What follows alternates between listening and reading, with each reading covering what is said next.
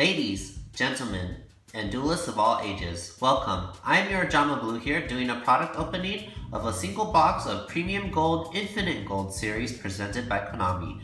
The Premium Gold series has been sort of a yearly round box series that comes out, usually pertaining to a lot of reprints of cards that came out during the year. Usually gold status cards, like in the Premium Gold series, Infinite Gold, I believe it does a reprint of Maxi, it does a reprint of Dracoslayers Emerald, and it even reprints cards that were originally prize cards, like number 106 Giant Hand, and the Heavy Industry card, I kind of forgot which number it was. But usually the Premium Gold series has always been a kind of box that a lot of people love to open due to the sheer amount of reprints that come in it. So with that, let's see what we opened. So let's get started.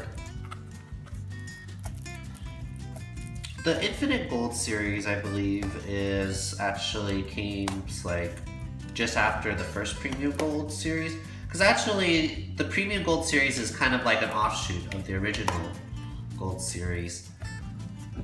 The first one was actually a Gold Series 1 and then a Gold Series 2, and it finally ended at like Gold Series Haunted Mine series. Then it went into Premium Gold, and then this is where the second one came in actually. Finally got this thing open, sorry about that. What I really like about the Premium Gold box is that it kind of comes in like just a simple display, but then you open it up, it's kind of like a treasure box. You open it up, and lo and behold, there are the booster packs to open. So with that, each display box comes with 3 booster packs, each one containing 5 cards per pack. Let's get started with the first one. Move this over here.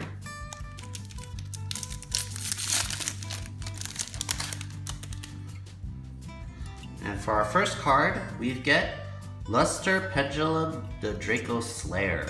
This was actually a very nice reprint, considering that it came out in Clash of Rebellions as, I believe, an ultra rare, and it was actually a seriously prized card due to the Pepe format. And for our secret, we get Void Trap Hole. When your opponent special summons a monster with 2,000 or more attack, negate the effects of one of those monsters with 2,000 or more attack, and if you do, destroy it. It's not a very prized trap hole card, but at the same time, it's something that usually people do not see very often, so it might catch you off guard, and actually it's my staple. Ooh, a card that a lot of people sought after during the year this box came out. A reprint of Galaxy Cyclone. Thought to be a reprint or like a replacement, so to speak, of Mystical Space Typhoon, due to its dual effects of the first one targeting a set spell or trap card on the field and destroying it, and during the main phase, except the turn it was sent to the graveyard, you can banish the card from your graveyard to target a face-up spell or trap card and destroy it. It didn't really take off.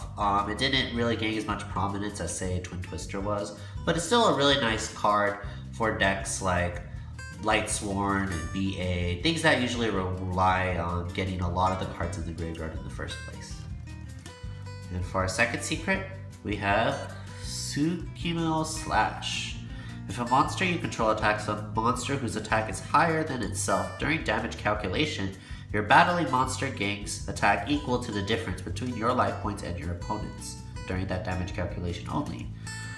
That's a very singular kind of like semi-trap, pseudo-trap. It's very interesting.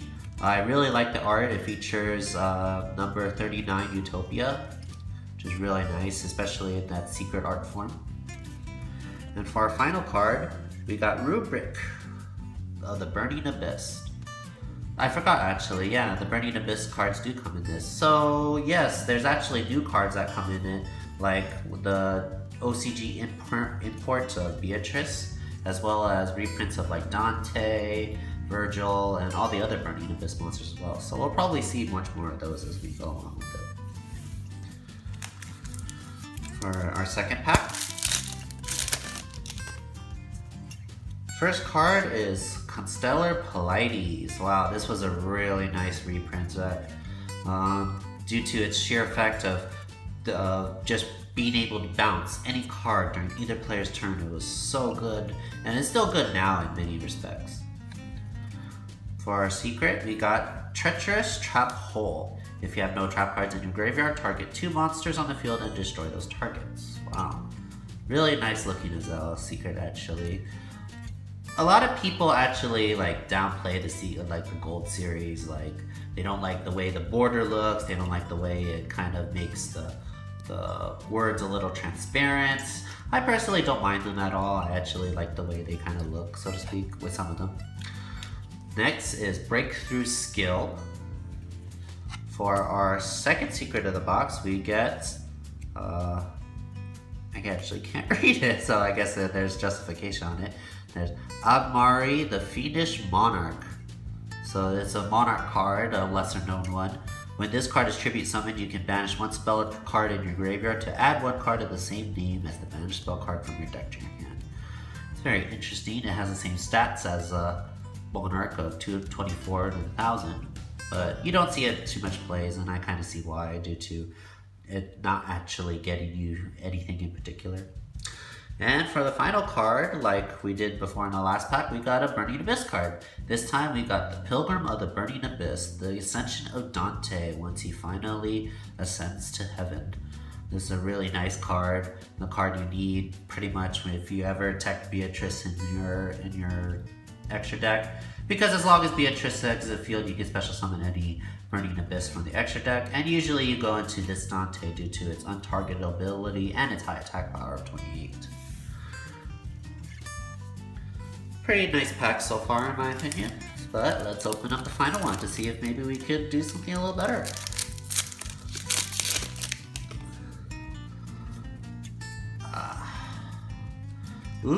To go with our Luster Dracoslayer, we got Ignister Prominence, the Blasting Dracoslayer.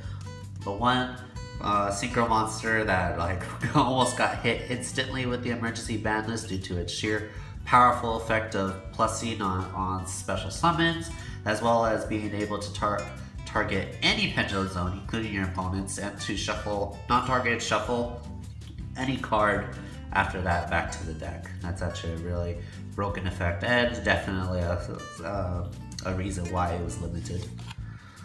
To follow the series, actually I think all of ours so far, all of our first secrets have been trap holes, so I don't see why not we get this one.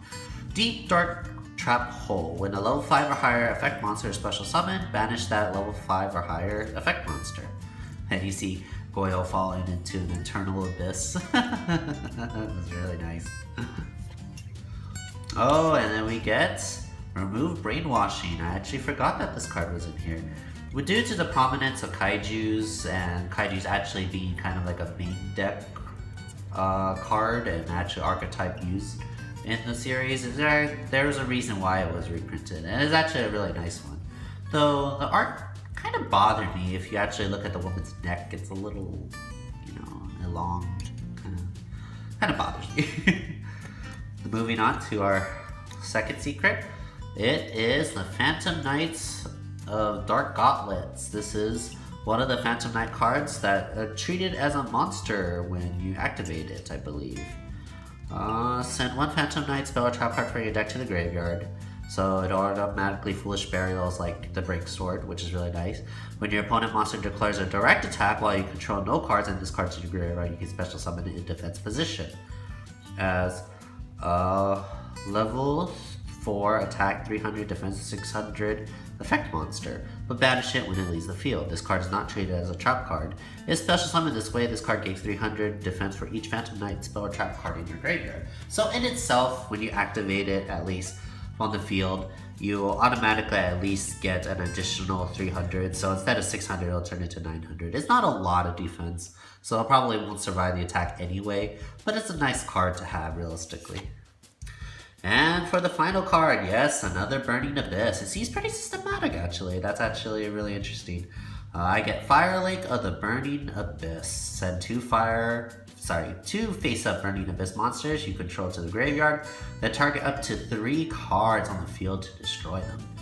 that was a pretty nasty effect when Burning Abyss was at more power, especially because you would just blow up your Dante and blow up your Seer or your Graph, and then just special summon more monsters while your opponent just sees their field completely devastated with up to 3 cards just being destroyed outright due to 1 card. It's really nice.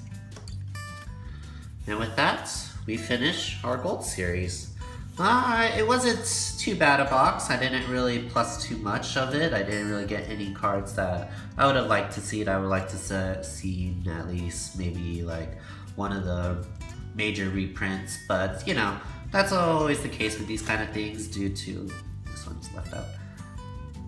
That's always the kind of case you see with these kind of boxes, but it's always really nice to see due to just the sheer amount of reprints you get. It's really nostalgic, especially when you played that year and then you see these cards kind of recycle. 2017 unfortunately has not seen a gold reprint, and that was probably due to some negative feedback that people had from it, with cards like that followed the Kozmo series that really put a damper to the deck's secondary market. But you know, some people like it, some people hate it. I personally love it.